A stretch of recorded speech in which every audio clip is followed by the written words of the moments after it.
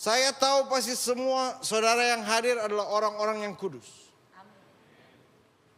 Amin. Karena saudara bisa datang ibadah Sabtu malam, besok Minggu ibadah lagi. Coba saya nggak sebelah saudara tanya, kamu stres? Tuhan melihat kehausan setiap saudara. Ada saudara yang mungkin dari jauh. Ada mungkin saudara yang bilang, oh saya harus hadir. Karena saya mau merasakan jamahan Tuhan. Dan malam ini saudara akan menerima daripada Tuhan. Berikan tepuk tangan yang meriah buat Tuhan. Silakan duduk Bapak Ibu Saudara sekalian. Haleluya.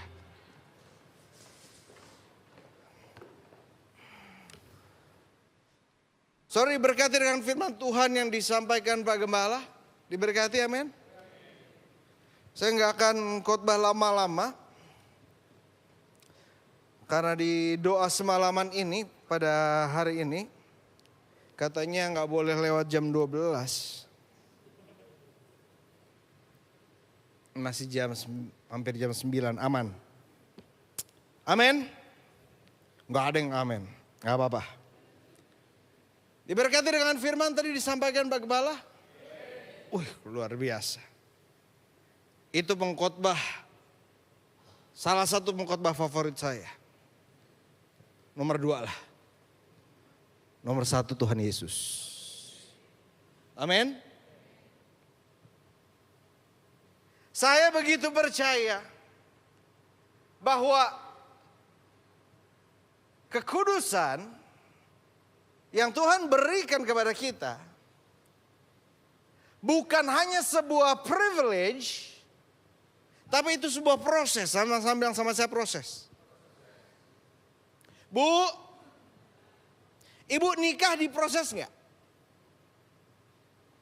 Nggak ada yang jawab. Saya bukan diproses, saya digampar. Pak, kau nikah diproses? Nah, bapak-bapak lebih nyaut. Iya diproses banget, cerewet banget istri saya. Kok nggak diturutin maunya, aduh ngambek.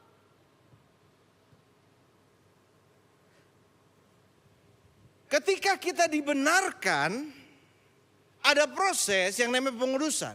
After justification, there is sanctification. Jadi ada yang namanya ordo salutis, yang artinya the order of salvation. Bagaimana Tuhan menyelamatkan kita. Dan yang pertama, kita dibenarkan. Setelah kita dibenarkan, kita dikuduskan. Nah, pengudusan ini dibenarkan terjadi berapa kali?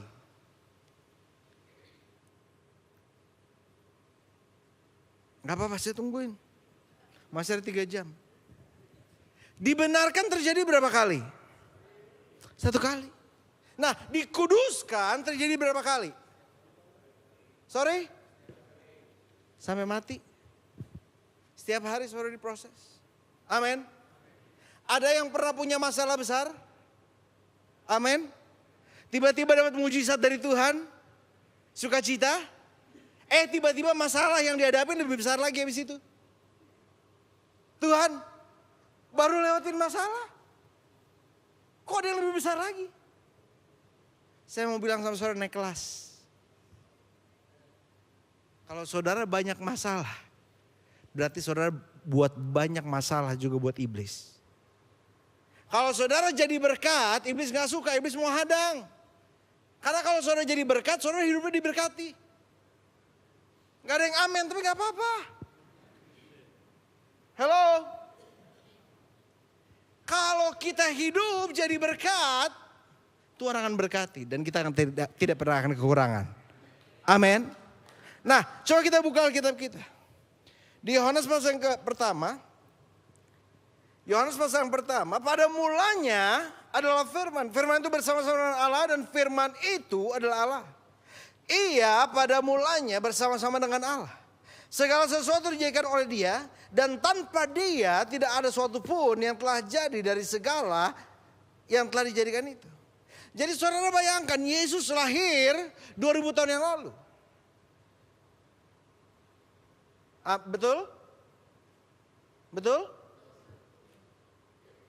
Ini saya bingung ini. Tapi sebelum Yesus lahir, Musa lahir kapan?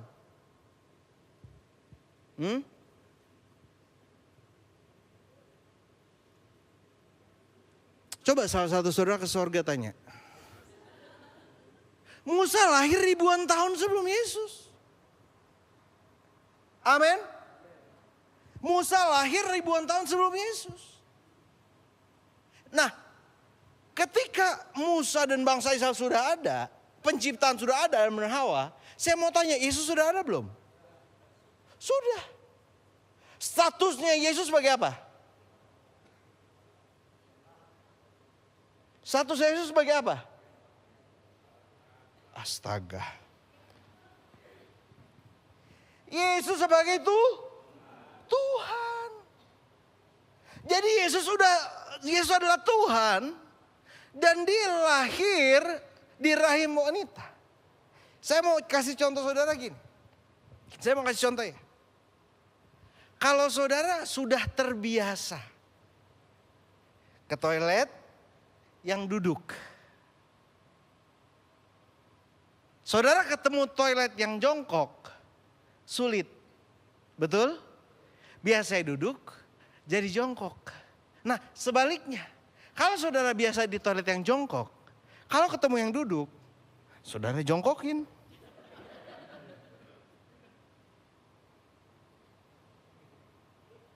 Saudara ngerti maksud saya? So, I really believe, saya begitu percaya bahwa Yesus datang. Ayat yang kelima, terang itu bercahaya di dalam kegelapan dan kegelapan itu tidak menguasainya. Sama-sama bilang sama saya, Yesus adalah terang. Kita mau lihat sekarang sebentar aja, about 10 menit. Bagaimana Yesus menguduskan. Dan apa tanggung jawab kita supaya kita dikuduskan. Karena dikuduskan, saya mau bilang sama saudara, sakit. Dikuduskan gak enak. Tapi selama kita dikuduskan, kita tahu kita di tangan siapa. Amin. Saudara, saya mau tanya. Saya pendeta. Maaf ibu, misalnya ibu. Ya ibu, misalnya. Bu, kalau saya bawa pisau. Saya bilang, Bu, boleh gak saya potong? Sedikit aja di tangan. Boleh gak Bu? Ibu kasih izin? Enggak. Kalau di kaki sedikit aja, boleh? Enggak boleh. Pendeta loh. Tapi saya tanya, kalau dokter Bu, bawa pisau. Karena lagi ada sakit memang. Ibu izinin enggak? Dioperasi, dibelek. Izinin? Diizinkan. Saudara ngerti maksud saya? So Jesus comes, Yesus datang untuk membawa terang dan terang itu tidak semua orang terima. Tidak semua orang terima. Makanya saya bilang, saudara adalah orang-orang yang kudus. Saya tahu saudara pulang akan menerima sesuatu daripada Tuhan. Karena apa? Karena Tuhan melihat your effort. Tuhan melihat usahamu, pengorbananmu. Sama-sama bilang sama saya, Tuhan lihat pengorbanan saya. Sama-sama bilang sama saya, Tuhan lihat air mata saya. Sama-sama bilang sama saya, Tuhan mengerti pergumulan saya. God understands.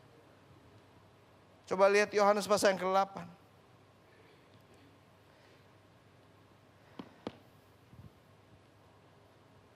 Yohanes pasal yang ke-8 ayat yang 4 sampai 11. Lalu berkata kepada Yesus, Rabi, perempuan ini tetangga basah.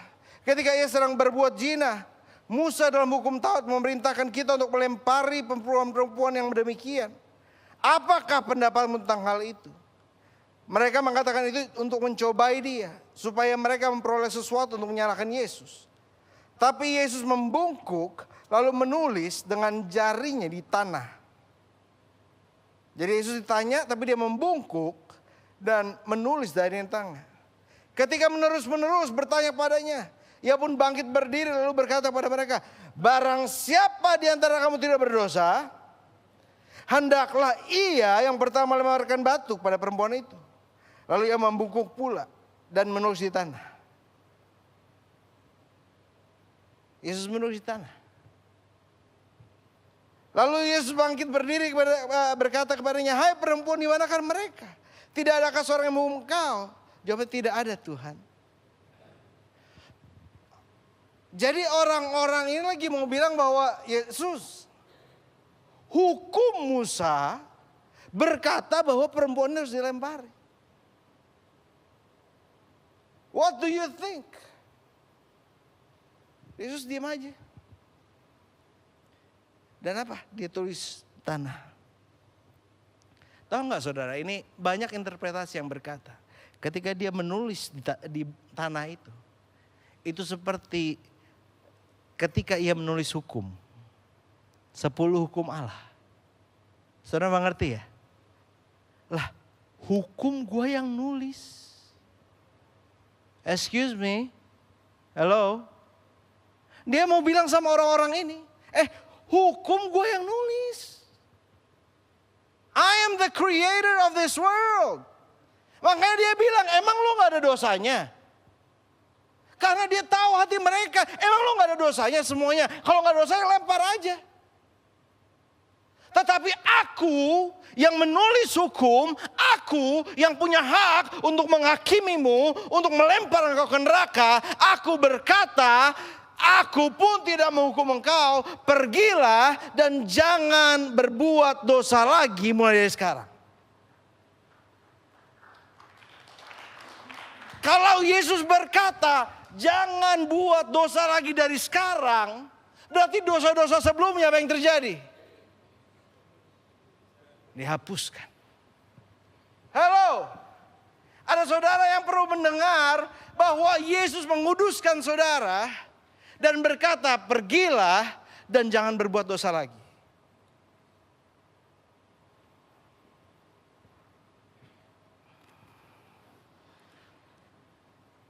Saya boleh minta tisu?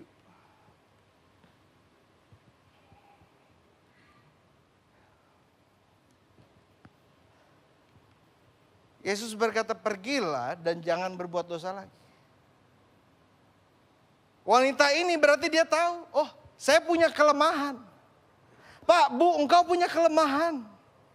Tapi Yesus sudah ampuni. Pergi dan jangan berbuat dosa lagi. Kalau Yesus gak ingat dosa saudara, kenapa saudara masih ingat?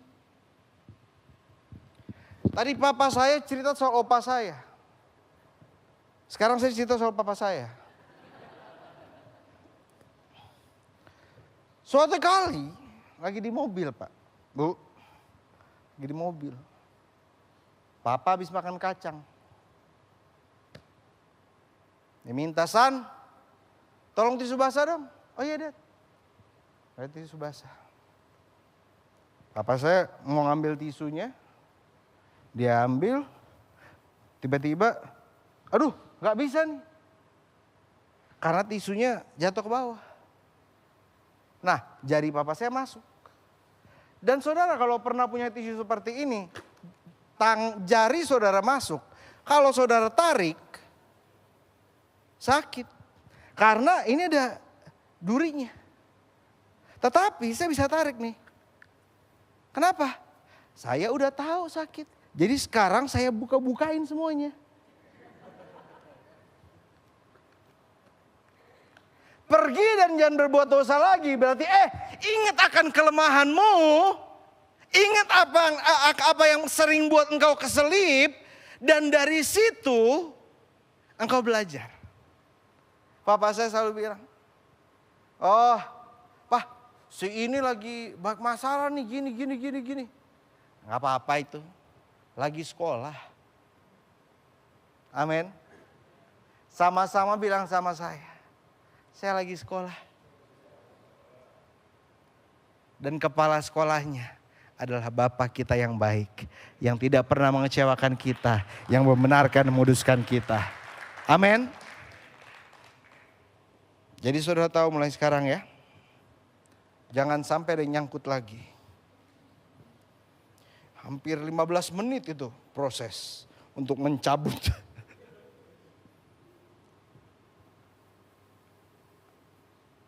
Yang pertama, kita punya tanggung jawab untuk jangan berbuat dosa lagi. Bagaimana Tuhan untuk kuduskan kita? Dia menguduskan kita dengan mengampuni dosa kita masa lalu. Tuhan menguduskan kita dengan mengampuni dosa kita. Nah, yang kedua, yang terakhir.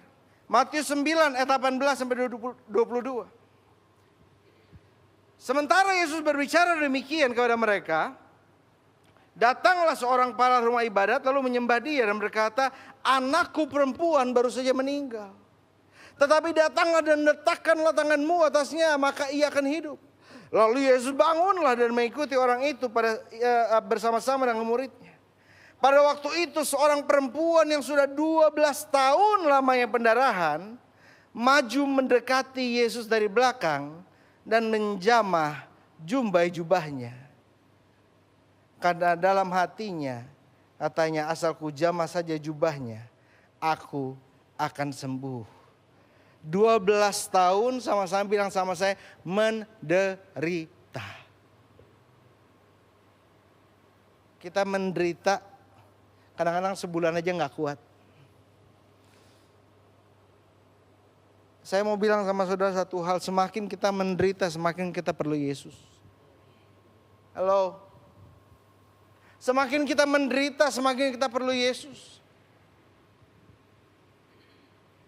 Semakin kita gak punya apa-apa, semakin kita harus cari Tuhan. Semakin kita ngerasa kotor dan najis, semakin kita perlu Yesus. Karena Yesus satu-satunya pribadi yang tidak akan melihat kita dan berkata, anak yang kotor, anak yang najis, gak pernah dengerin, kurang ajar. Yesus satu-satunya pribadi yang akan memeluk kita dengan kasih-Nya dan memulihkan, memuduskan kita. Berikan tepuk tangan yang meriah buat Tuhan. Amin.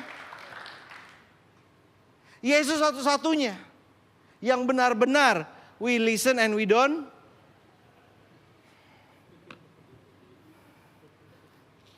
Ada yang nggak ngerti? We listen and Biar Roh Kudus yang terjemahkan. Wanita ini mendekat pada Yesus, menjamah jubah Yesus. Karena katanya, asal ku jamah saja jubahnya aku akan sembuh. Tapi Yesus berpaling dan memandang dia. Jadi dia, karena Yesus banyak kerumunan ya. Dan dia 12 tahun berarti pendarahan dia agak nggak keker ya badannya ya. Jadi dia punya iman apa? Aku hanya bisa. Aku nggak bisa datang kepada Yesus dan berkata, Guru tolong aku nggak bisa. Kenapa? Karena aku bukan pria. Karena aku nggak kuat. Aku nggak bisa datang pada Yesus. Aku nggak bisa minta tolong. Yang aku bisa lakukan apa? Yang aku bisa pegang mungkin ujung jumbai jubah Yesus.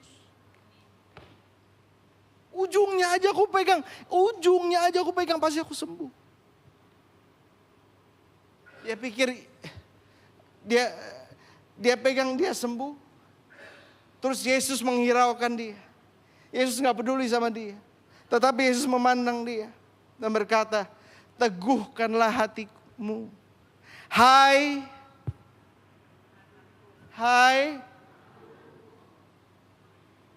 Dia pikir dia bakal dimarahin. Siapa nih narik-narik gua? Tetapi apa?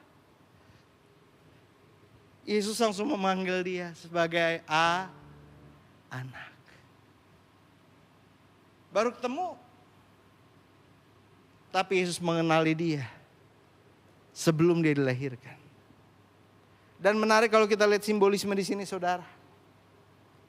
Karena ibu ini sudah 12 tahun pendarahan. Amin. Tetapi anak kepala rumah ibadat yang Yesus akan kunjungi itu juga berumur 12 tahun. Jadi ketika wanita ini mulai pendarahan, mulai sakit, anak ini lahir. Dan apa yang Yesus lakukan? Untuk wanita ini, Yesus sembuhkan, pulihkan karena imannya. Tetapi untuk anak ini yang sama sekali gak bisa datang pada Yesus. Yang sama sekali gak kuat datang pada Yesus. Yang hanya bisa bilang, aduh, I don't know what to do. Keluarganya yang beriman baginya. Dan Yesus menyembuhkannya. Saya berdoa dalam nama Yesus. Ketika engkau berdoa, doamu berkuasa. Karena Alkitab berjanji. Doa orang benar besar kuasanya. Amin. Malam ini Tuhan gerakan saya. Untuk kita sama-sama berdoa. Karena kita belajar yang pertama. Yesus menguduskan kita. Agar kita bebas dari dosa. Yang kedua, Yesus menguduskan kita. Ketika kita maju mendekatinya. Sama-sama bilang sama saya mendekat pada Tuhan. Saya tahu kenapa saudara orang-orang kudus. Kenapa saya berani bilang saudara orang-orang yang kudus. Karena ada pengorbanan. Ada kesetiaan. Yang Tuhan lihat itu. Yang Tuhan lihat pengorbananmu, yang Tuhan lihat kesetiaanmu. Manusia mungkin gak lihat. Manusia pikir mungkin saudara stres. Jam 9 malam Sabtu masih di gereja. Besok ketemu lagi di gereja. Sekalian aja kita nginep. Ini untuk yang saudara di rumah juga. Saya percaya pengorbanan kita adalah bukti kesungguhan iman kita. Itu bagus tuh. Bisa jadi buku tuh. Tapi saya udah lupa, saya gak bisa ulangin. Saya ulangin deh. Pengorbanan kita adalah bukti dari, ya saudara juga lupa. Saya lupa, saudara lupa. Pengorbanan kita adalah bukti sungguh dari iman kita. Saudara kesini datang berkorban kan? Amin. Saudara kesini bukan kebetulan kan, bukan lewat kan, berkorban kan. Saya mau bilang sama saudara. Tangan Tuhan tidak terlalu pendek untuk menolong saudara. Kupingnya tidak terlalu, kupingnya mendengar semua doa saudara. Tapi saat ini, saya begitu percaya. There is an anointing. Ada pengurapan. Yang memberikan kita hikmat. Sama-sama bilang sama saya hikmat.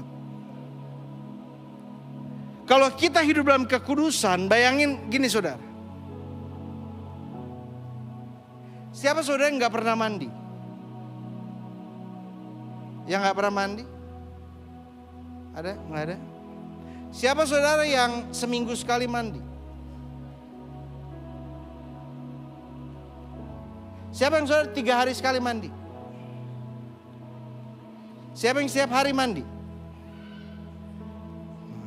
Setiap hari gosok gigi? Ya? Yang lain-lain sisanya saya gak usah tanya. Itu aja cukup. Dikuduskan setiap hari seperti itu. Proses. Kita mandi setiap hari. Dikuduskan, dibersihin. Melalui apa? Melalui firman. Firman dan doa. Kemarin saya sangat terinspirasi saudara. Saya dengan papa ketemu dengan seorang jenderal bintang 1. Dan dia share tentang kesaksiannya, dia juga share yang begitu menyentuh hati saya. Dia bilang, Pastor, kita setiap pagi ada ibadah keluarga. Sama anak-anak, sama istri. Kadang-kadang orang kalau udah punya jabatan, lupa sama Tuhan. Pak, Bu. Halo. Kadang-kadang kalau udah punya duit, lupa sama Tuhan. Kalau masih susah, Tuhan, tolong. Tapi kalau lagi diberkati, lupa sama Tuhan. Tapi malam ini, saya percaya bahwa akan ada impartasi Roh Kudus. Di mana kita merasakan kasih Tuhan. Kita merasakan pemulihan Tuhan.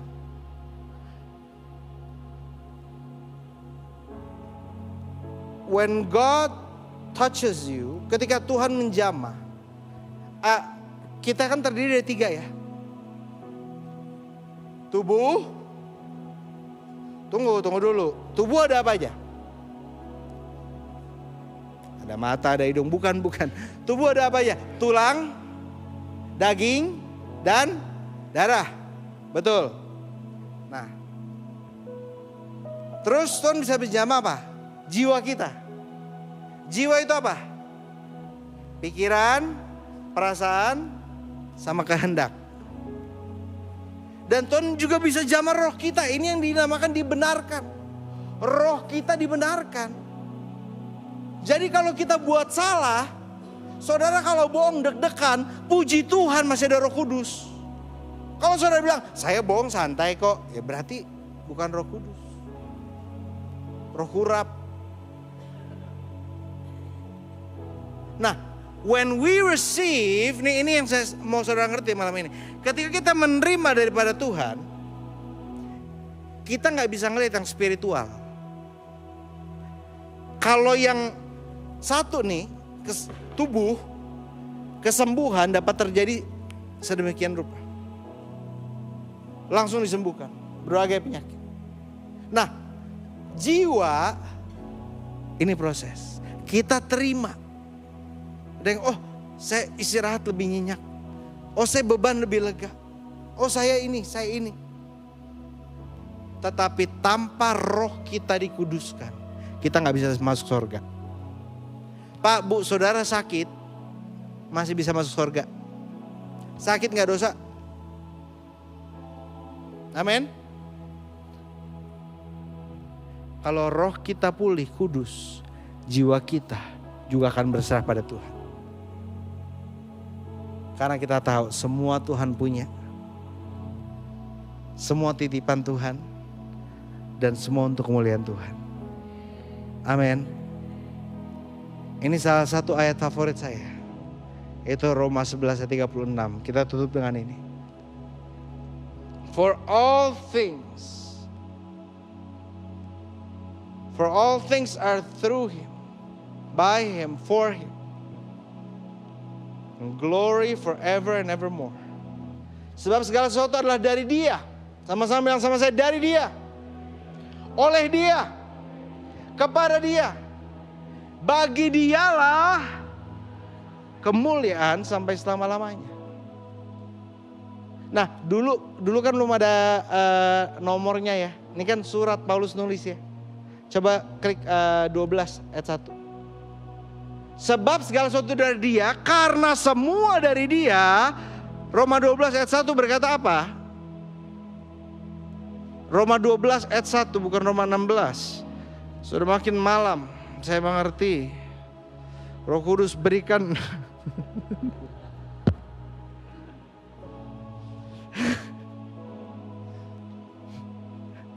Roma 12 ayat yang pertama. Sebab semuanya dari Tuhan, buat Tuhan, untuk kemuliaan Tuhan. Karena itu demi kemurahan Allah aku menasihati kamu supaya kamu mempersembahkan tubuhmu sebagai persembahan yang hidup. Persembahan yang hidup, yang kudus dan berkenan kepada Allah. Itulah ibadahmu yang sejati. Amin. Saya percaya malam ini saudara gak akan pulang dengan sia-sia. Untung saya ngomongnya benar. Kalau saya ngomongnya gak pelan, malam ini saya percaya saudara tidak akan pulang sia-sia. Nah, itu deg-degan tuh. Karena ada kuasa Tuhan di sini. Amin. Saya mau saudara pulang dari sini dan merasa bahwa saya orang yang kudus. Saya sudah menang karena Kristus sudah menang di atas kayu salib.